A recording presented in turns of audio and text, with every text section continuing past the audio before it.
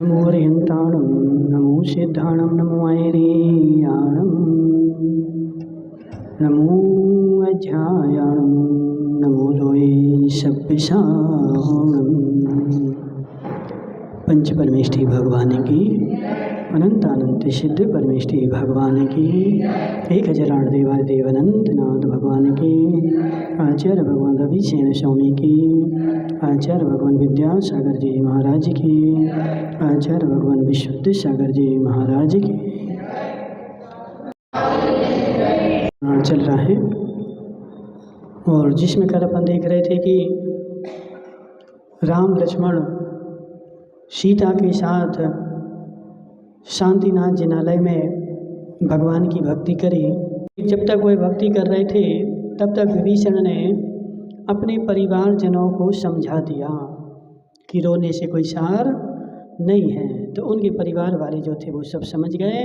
तो अब यहाँ पे उसके परिवार वाले भी समझ गए और वहाँ पर राम लक्ष्मण ने भक्ति भी कर ली। तो जब उन लोगों की भक्ति हो गई तो विभीषण गया राम के पास और राम को भोजन का निमंत्रण दे करके अपने घर पे ले गया।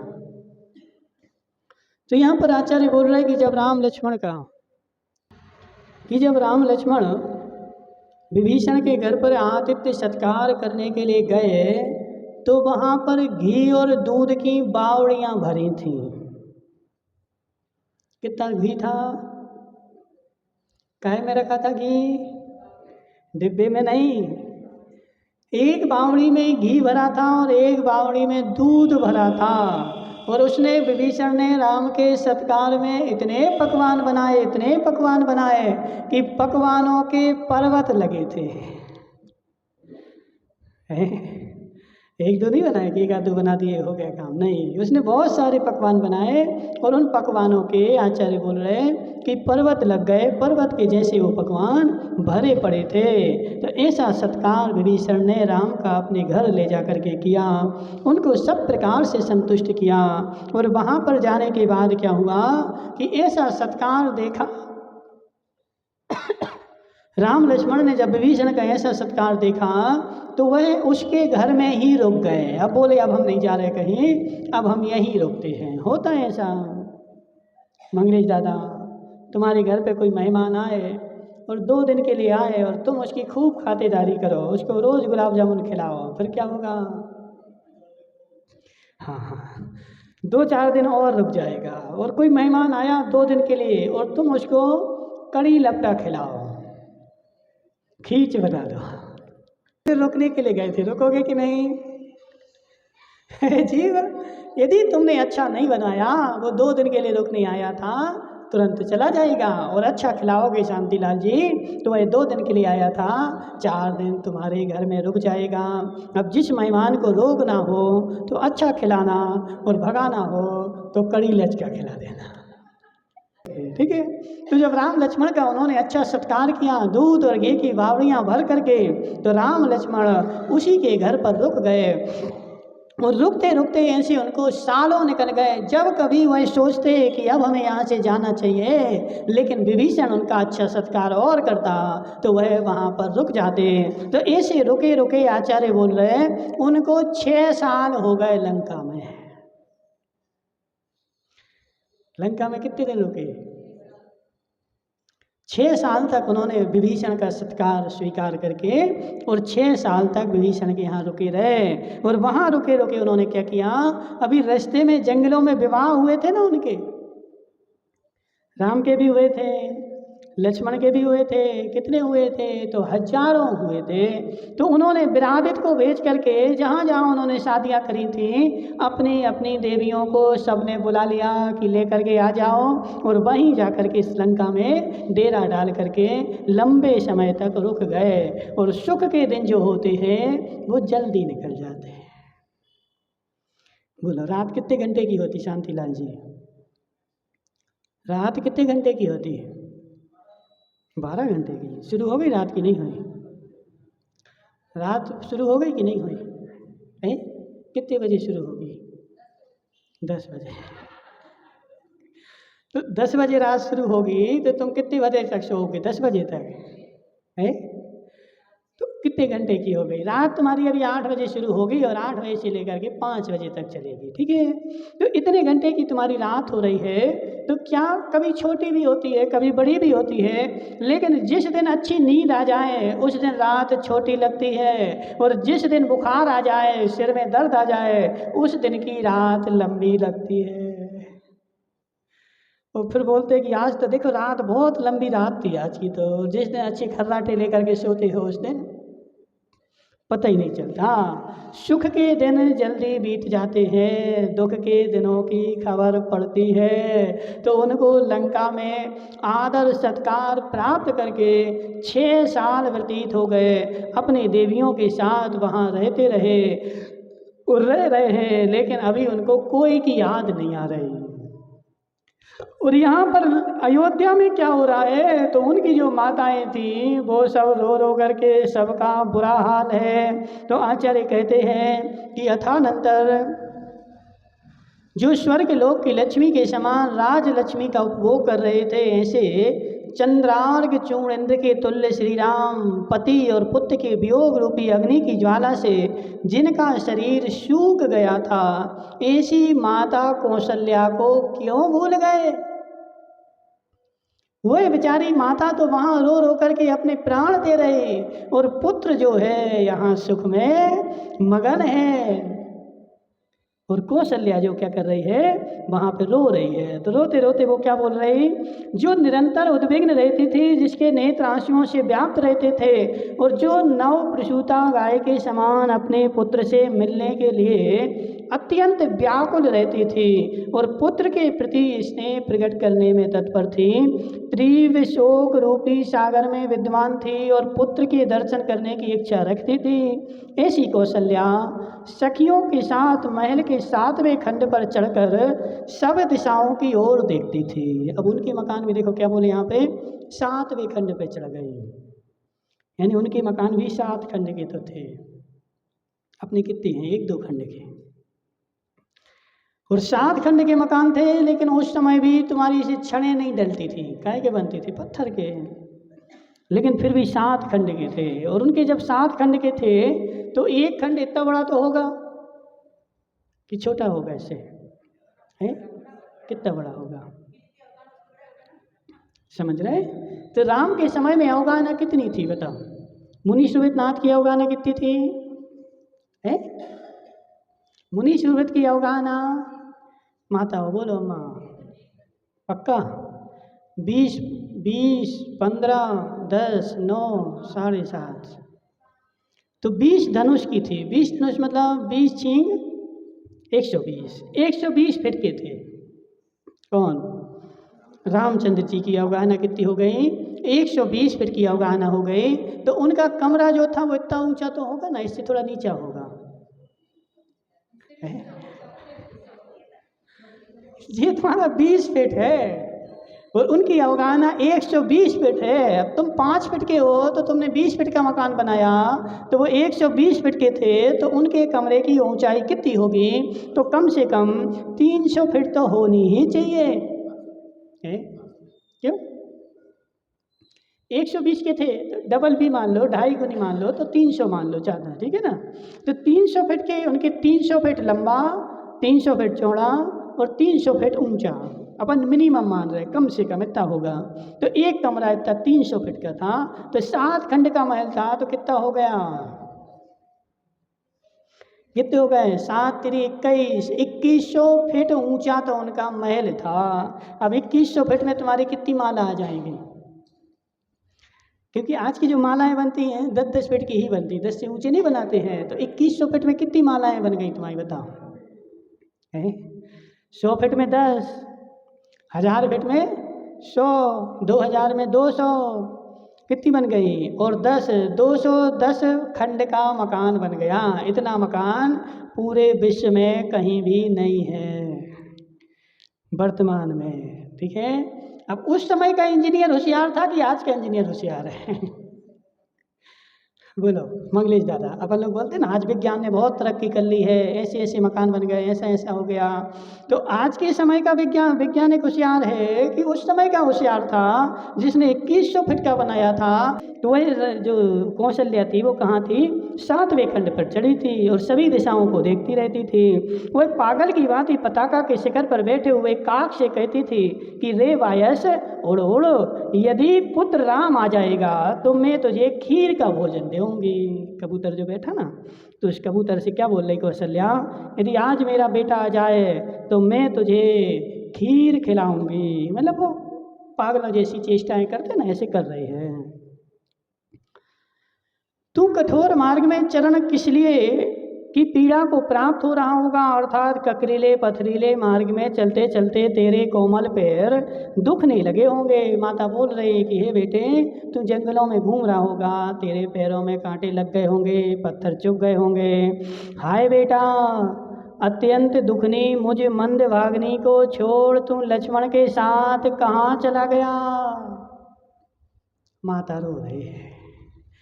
देखो क्या होता है लक्ष्मीलाल जी, बेटे को माँ के प्रति प्रेम हो चाहे नहीं हो, लेकिन माता को बेटे के प्रति प्रेम रहता है।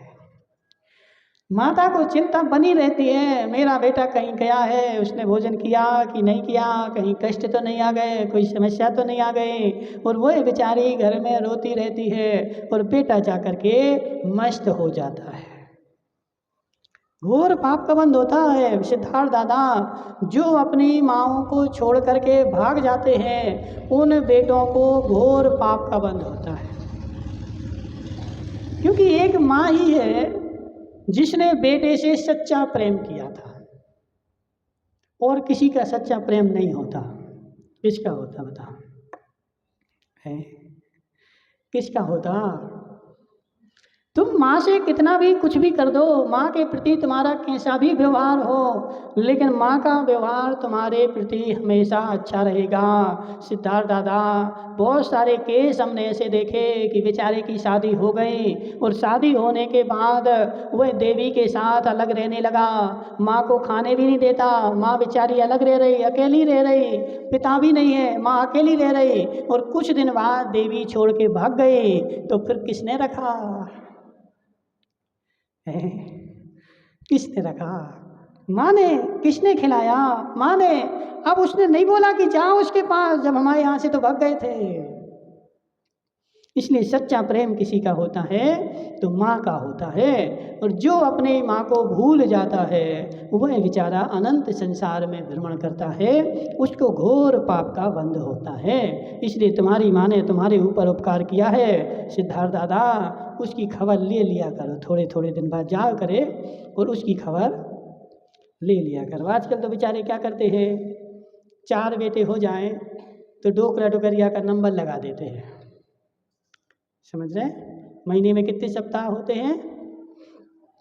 कितने सप्ताह होते हैं? 4। और बेटा कितने हैं? 4। तो 1 हफ्ता इनके यहाँ रहेगी, 1 हफ्ता इनके यहाँ रहेगी, 1 हफ्ता इनके यहाँ रहेगी, और एक हफ्ता चारों बेटों ने माँ को बांट लिया। हे जीव, ये कलयुग का प्रभाव है। एक बेटे ने, एक माँ ने मिलकर के 4 बेटों को पाल दिया, लेकिन 4 बेटे मिलकर के एक माँ को नहीं पाल पा रहे, उसमें भी उनको बारी लगानी पड़ रही। यह कलयुग का ही प्रभाव है। तुम कितने बेटे लक्ष्मीलाल जी, तुम कितना कुछ भी करो, कितना कुछ भी करो, लेकिन तुम्हारा प्रेम है बेटे के प्रति, इसलिए तुम स्कूल में जा कर के और बैठे रहते हो, उनको चलाते रहते हो, लेकिन उनका प्रेम इतना नहीं है।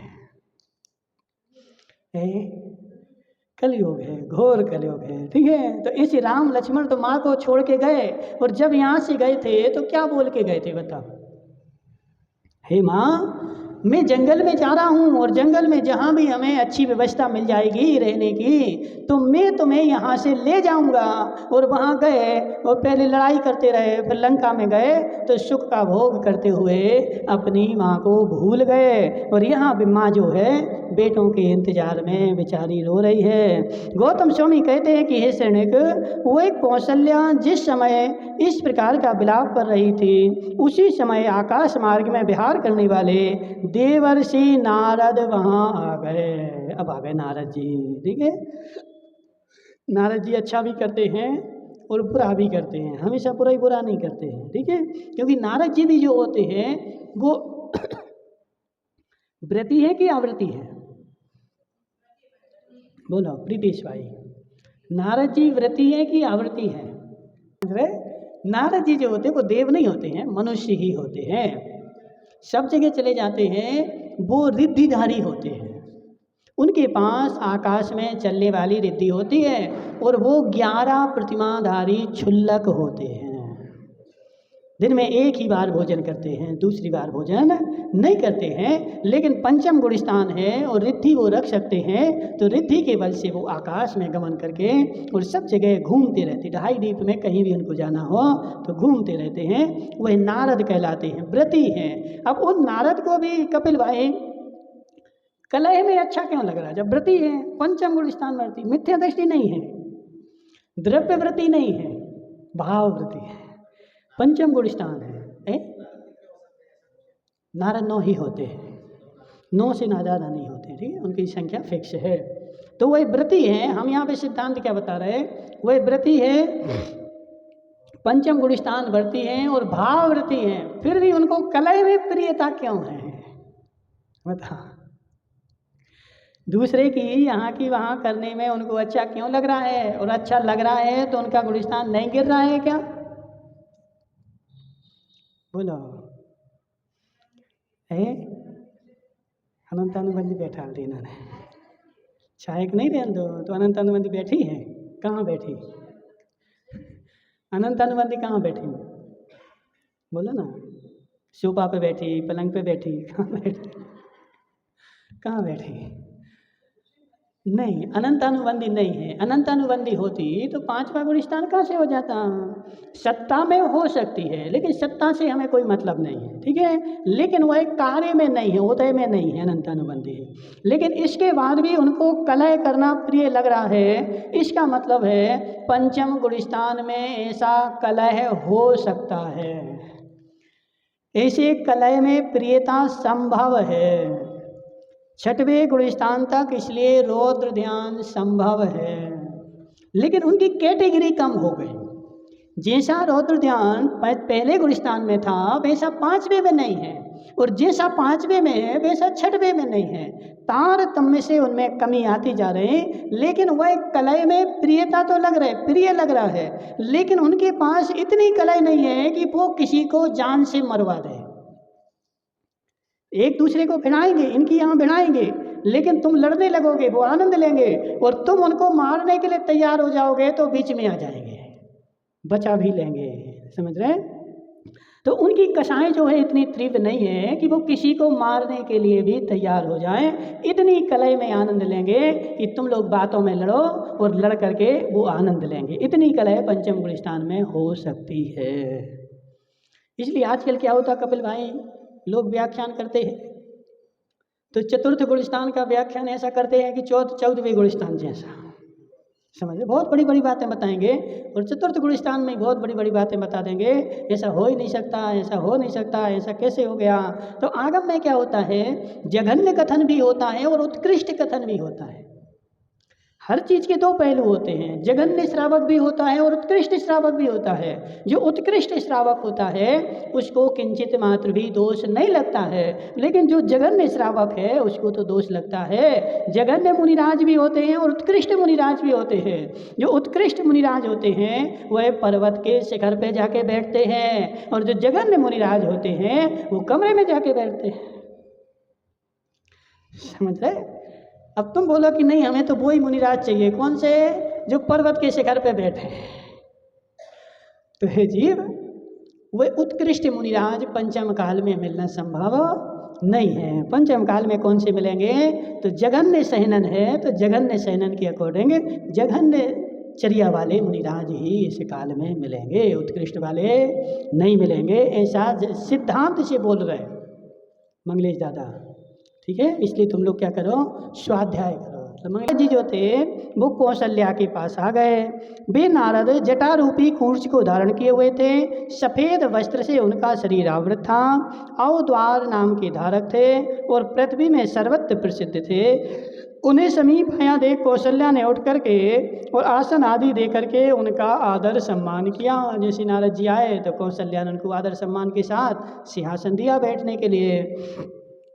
जिनके नेत्र आंसुओं से तरल थे तथा जो आकृति से भी बहुत भारी शोक प्रकट हो रहा था, ऐसी कौशल्या को देख नारद ने पूछा कि हे कल्याणी, तुमने किसकी अनादर प्राप्त किया है।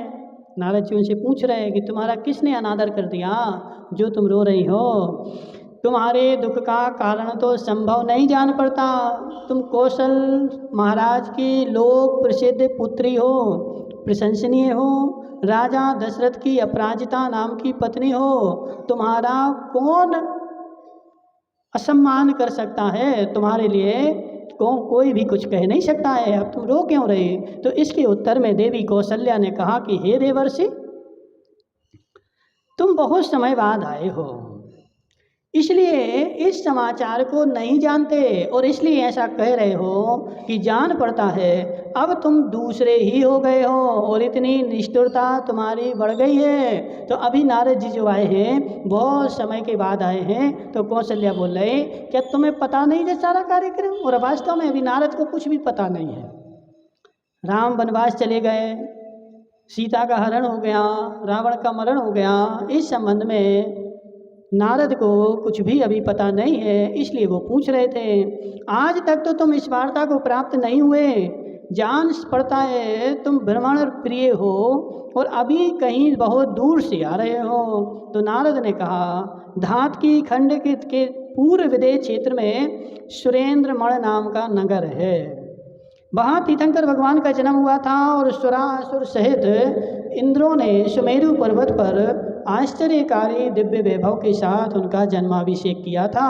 सो समस्त पापों को नष्ट करने वाला एवं पुण्य कर्म को बढ़ाने वाला तीर्थंकर का अभिषेक मैं देख करके आ रहा हूँ। नारद जी कहाँ से आ रहे हैं?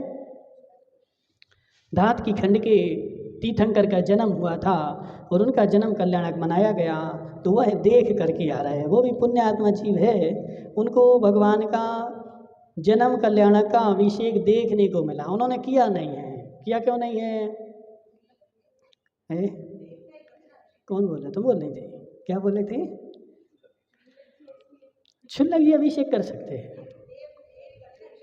हाँ, वहाँ का अभिषेक जो होता है वो देव ही करते हैं, क्षुल्लक के लिए अभिषेक करने का निषेध नहीं है। आगम में उल्लेख है क्षुल्लक जी भगवान की पूजा भी कर सकते हैं और अभिषेक भी कर सकते हैं, क्योंकि अभिषेक करने के लिए आहार दान भी दे सकते हैं, एलक नहीं दे सकते। समझ रहे? जब तक क्षुल्लक हैं जब तक भगवान का अभिषेक कर सकते हैं, ऐसा आगम में लिखा हुआ है। क्यों? क्योंकि अभी वो श्रावक ही है, साधु नहीं है। क्षुल्लक कौन है? श्रावक है, उत्कृष्ट श्रावक बन गए और अभी उनके पास 2 वस्त्र हैं भगवान की पूजा करने के लिए, भगवान का अभिषेक करने के लिए और मुनिराज को दान देने के लिए 2 वस्त्र चाहिए पड़ते हैं। कम से कम 2 वस्त्र होने चाहिए। एक वस्त्रधारी भगवान का अभिषेक नहीं कर सकता। बहुत सारे लोग क्या करते ना, वो लंबी सी धोती लपेट करके आ जाते, उसी को सिर पे डाल लेते।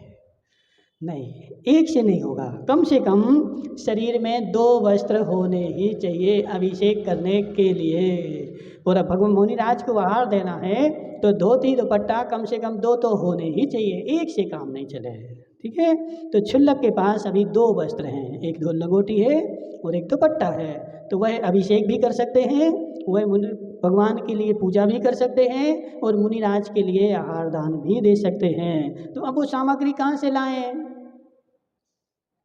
तो आगम में ऐसा वर्णन दिया है कि क्षुल्लक जी मंदिर में जाएं और बैठें और कोई श्रावक आकर के उनसे बोले कि हे क्षुल्लक जी द्रव्य ले लो और तुम पूजा करो, तो उसकी द्रव्य लेकर के वह भगवान की पूजा कर लेंगे।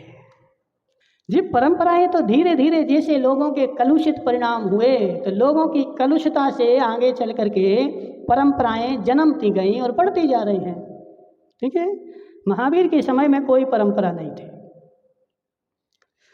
तो इसलिए परंपराओं के संबंध में आगम का कुछ भी कहना नहीं है, और वास्तव में कोई भी परंपरा मोक्ष का मार्ग नहीं है। एक परंपरा विशुद्धि बनाने का साधन है। तुमने पूजा करी, तुमने सूखा फल चढ़ा दिया, मंगलेश दादा ने गीला चढ़ा दिया, समझ रहे ना। तो सूखा चढ़ाए तो पाप पुण्य का बंद हो, और गीला चढ़ाए तो पाप का बंद हो जाए, ऐसा नहीं है, ठीक है। उनकी उसमें विशुद्धि बन रही थी, उनने वो चढ़ा दिया। तुम्हारी तो उसमें विशुद्धि बन रही थी, तुमने वो चढ़ा दिया। चढ़ाने के बाद हमारी विशुद्धि बननी चाहिए। जिसमें जिसकी विशुद्धि बनती है वो चढ़ा देता है और अपनी शांति से जीता है। और यदि शांति से नहीं जिए और टेंशन करो, अशुद्धि करो, तो कर्म का बंद ही होगा, ठीक है। इसलिए ज़्यादा परंपराओं में नहीं उलझना है, एक अपन को आगम का ज्ञान करना हो। जिसकी जो परंपरा है चलने दो, किसी की परंपरा को छेड़ो नहीं। तुम अपनी परंपरा तुम चलाओ और तुम अपनी परंपरा तुम चलाओ। ऐसे यदि जियोगे तो जीवन शांतिमय निकलेगा, और एक दूसरे को छेड़ोगे तो जीवन जो है संघर्षमय हो जाएगा, ठीक है। अपनी अपनी परंपराएं चलाओ। परंपराओं का आगम में कोई उल्लेख नहीं होता है। परंपराएं जो होती हैं वो कोई घटना विशेष को लेकर के चालू हो जाती हैं। जैसे माना कि ये इंदौर वाली अम्मा है ना, इनके घर में एक परंपरा है कि इनके यहाँ जब जीवन होता है तो एक बड़ा सा डंडा साथ में रखते हैं। इनके यहाँ जब घर में जीवन होता है ना, तो एक बड़ा सा डंडा जो है वो साथ में रखते हैं। क्यों रखते हैं? तो ये परंपरा कहाँ से चालू हुई? तो इनके पूर्व काल में इनके जो पूर्वज थे, तो उस समय क्या होता था, दोना पत्तल में भोजन होता था। तो इनके पूर्वजों ने सारे कॉमर्शियल कॉलोनी के भोजन करवाया, तो दोना पत्तल दिया, तो लोगों ने भोजन तो किया, और भोजन करने के बाद दांत में फंस जाता ना, तो उस पत्तल में से ही वो निकाल ली, लकड़ियाँ लगी रहती ना, तो वो निकाल करके और दांत का भोजन निकाला। तो लोगों ने क्या बोला कि देखो, लोगों ने उसी में खाया, उसी में छेद किया। ऐसा कोई ने बोल दिया, क्योंकि सब प्रकार के लोग होते ना, तो बोले उसी में खाया, उसी में छेद किया। तो फिर इनके जो पूर्वज थे उन्होंने क्या सोचा कि अब आगे से हमारे यहाँ जो भी भोजन होगा तो एक लकड़ियाँ इतनी सी हम साथ में रखेंगे उस पर, ताकि पातल में छेद नहीं करे। तो फिर उनके बेटे ने जब भोजन कराया तो इतनी इतनी सी एक लकड़ियाँ जो थी वो साथ में रखी। लोगों ने दांत उसमें से साफ करे, धो गया। फिर उनका जब बेटा आया तो बोले हमारे पिताजी ने इतनी रखी थी, हम इतनी रखेंगे। जी क्या है, हमारी परंपरा है, तो हम क्या करेंगे, इतनी बड़ी रखेंगे। तो उसके बेटे ने इतनी बड़ी रखी, और फिर जब उसका बेटा आया तो बोले इतनी है तो हम इतनी रखेंगे। समझ रहे? तो फिर उसके बेटे ने एक हाथ का डंडा रखा, और फिर जब उसका बेटा आया तो उसने 6-6 फीट के डंडे रखना शुरू कर दिए। क्यों? हमारे घर की परंपरा है, जब भोजन होता है तो एक थाली के बगल में एक डंडा रखा जाता है। समझ रहे? तो ये परंपराएं जो होती हैं वो ऐसे करके शुरू हो जाती हैं, और एक बार शुरू हो गई फिर तो आदमी मर जाए लेकिन छोड़े नहीं। क्यों? परंपरा है। समझ रहे? तो ऐसी परंपराएं चालू हो जाती हैं। तो परंपराओं के पीछे अपन को नहीं भागना है। किसके पीछे भागना है? अपनी विशुद्धि के पीछे भागना है। हमारे आत्मा की विशुद्धि बननी चाहिए। ठीक है। इस 2500 साल में हजारों परंपराएं शुरू हुई हैं और नाश हो गई हैं। इसके बीच में काष्ठा संघ, माथुर संघ, निष्पिक्षिका संघ, ये सारे संघ हो गए। आर्यिकाओं को भी नग्न दीक्षा दी गई, बिना पिछी के भी मुनिराज बन गए, गिरध पिछी के भी मुनिराज बन गए, काष्ठा संघ भी बन गया, लकड़ी की प्रतिमाएं रखी जाने लगी। तो ऐसे महावीर के और आज हमारे के बीच में हजारों परंपराएं शुरू हो गई और नाश को प्राप्त हो गई, नई आ गई, पुरानी चली गई। जी चल रहा है कार्यक्रम। जी कहाँ से पैदा हो गई? तो जी कसाईयों से पैदा हो गई। जो कसाई होते ना, कसाई, तो कसाई के पास कसाई होती है। तो एक भाई के, एक माँ के, एक पिता के 2 बेटे हैं, क्या वो दोनों बेटा एक से चलते हैं? बोलो। एक पिता के 2 बेटे हैं, तो वो दोनों एक से ही चलते हैं क्या? एक पूरब में जाता है, एक पश्चिम में जाता है, हो गई 2 परंपराएं। लेकिन मेन हमारा जो है, जो हमारी विशुद्धि है, वही हमारा धर्म है। कपिल भाई, धर्म क्या है बताओ? कोई परंपरा धर्म नहीं है। धर्म क्या है? जो हमारे आत्मा की विशुद्धि है उसका नाम धर्म है, और संसार सारा अधर्म है। जितनी जितनी विशुद्धि है उतना उतना धर्म है। अब तुम एक आसन करो, उपास करो, पूजा करो, विधान करो, कुछ भी करो, अभिषेक करो, उसमें तुम्हारी विशुद्धि कितनी है, और जितनी विशुद्धि है उतना धर्म है। तुम्हारे मन ने बोला आज मुझे विधान करना है, और मन बोल रहा आज तो मैं क्या करूं, तो 50 किलो चावल चढ़ा करके भगवान की पूजा करूं। तो मन तुम्हारा विशुद्ध था, तुमने 50 किलो चावल चढ़ाए और विशुद्धि के साथ पूजा करी, तो उतना धर्म हो गया। और मन ने बोला कि 50 किलो चावल चढ़ाना, और तुम 100 ग्राम चावल चढ़ा रहे, तो तुमने अपने मन की विशुद्धि को दबा दिया, मार दिया, और तुम मायाचारी कर दिए। समझ रहे? तो जी सब विशुद्धि है। जब चक्रवर्ती पूजा करता है तो भर भर के चढ़ाता है, समुद्र क्या पर्वत बन जाते, पहाड़ लग जाते हैं, तो उसके पास रहता है और मन की विशुद्धि रहती है, चढ़ाता है को। तो जितनी विशुद्धि है उसका नाम धर्म है, और जितनी अशुद्धि है उसका नाम अधर्म है। इसलिए अपन को अशुद्धि नहीं करना है। जिसकी जो परंपरा है चलने दो, हमारी जो है हम चलाएंगे, तुम्हारी जो है तुम चलाओ। सब अपनी अपनी परंपरा चला करके और अपनी आत्मा की विशुद्धि बनाओ और अपना कल्याण करके मोक्ष चले जाओ। शांतिलाल जी, ठीक है कि नहीं है? तुम्हें तो कोई शंका नहीं है? ठीक है। तो यहाँ पे ऐसा चल रहा था कि उनका वियोग के कारण वह लोग, माता उनकी रो रही थी, और वहाँ पर उनको नारद आ चुके थे, और नारद ने माता को संबोधन दिया था। अब आगे जा कर के क्या होगा देखेंगे कल। ओम नमः सिद्धेभ्याम।